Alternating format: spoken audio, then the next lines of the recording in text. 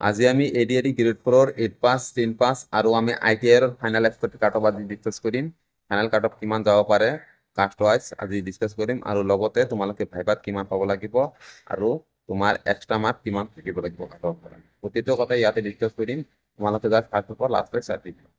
এতিয়া ক'বলৈ গ'লে আমাৰ 8 লেভেলৰ কথা ক'বলৈ গ'লে তাত আমাৰ পেপাৰটো বহুত ইজি হৈছিল এবাৰ যাৰ বাবে কাট অফটো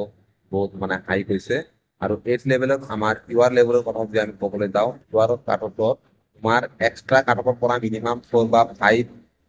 6 4 পৰা 6 লৈকে মাৰ্ক এক্সট্ৰা থাকিব লাগিব আৰু যদি তোমালোকে এবাৰ মানে 8 পৰা 3 লৈকে এভাৰেজ পাই যোৱা তেনেহ'লে তোমাৰ ইউআৰত মাৰ্ক থাকিব পাৰে আৰু তাতকৈ যদি তোমালোকৰ মানে কাট অফৰ পৰা 2 বা 3 বেছি আছে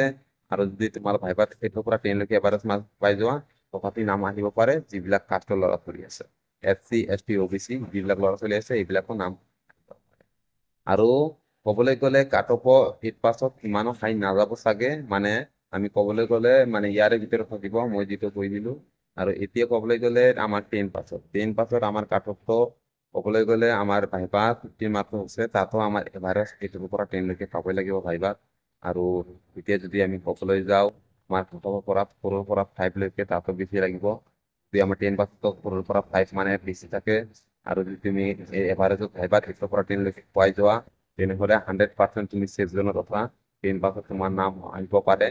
আৰু যদি তাতকৈ মানে অলপ কমো আছে 2 বা 1 তথাপি টেনশ্যন কৰিব নালাগে তেনেহ'লে তোমাৰ নাম আহিব পাৰে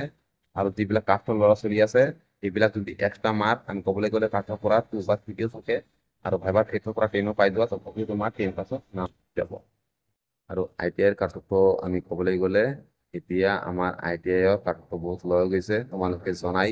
আৰু আইটিআইত আমাৰ প্ৰায়বিলাক মানে কেটেগৰীতে ল মাৰ্কে পাইছে বেছি মাৰ্ক পোৱাই নাই আৰু ভাইবাতো তেনেকুৱাই হ'ব মানে যদি তোমাৰ 7 পৰা 9 লৈকে মাৰ্ক পোৱা বা 10 লৈকে মাৰ্ক পোৱা ভাইবাত এভাৰেজ হৈ যাব আৰু যদি কাট অফ পৰা তোমাৰ 2 বা 3 বেছি থাকে তথাপি তোমাৰ আইটিআইত নাম আহি যাব কাৰণ আইটিআইত এইবাৰ প্ৰায়বিলাকে চাকৰি পাই যাব তোমালোকে জনাই কাট অফ বহুত লগ হৈছে আৰু প্ৰায়বিলাক ল'ৰা ছোৱালীয়ে আইটিআইত আমাৰ ক'বলৈ গ'লে ল মাৰ্ক পাইছে সেইবাবে আইটিআইৰ কাট অফটো মানে এইবাৰ ল হোৱা থাকিব আৰু তোমালোকৰ নিজৰ নিজৰ কিমান মাৰ্ক আছে আৰু 8 লেভেল 10 লেভেল আৰু আইটিআইত তোমালোকে নিজৰ কাষ্ট ওয়াইজ তোমালোকে কমেন্টত জনাই দিবা আৰু ক'বলৈ গ'লে তোমালোকে যদি এইবাৰ মানে ভালে মাৰ্ক পাই আছা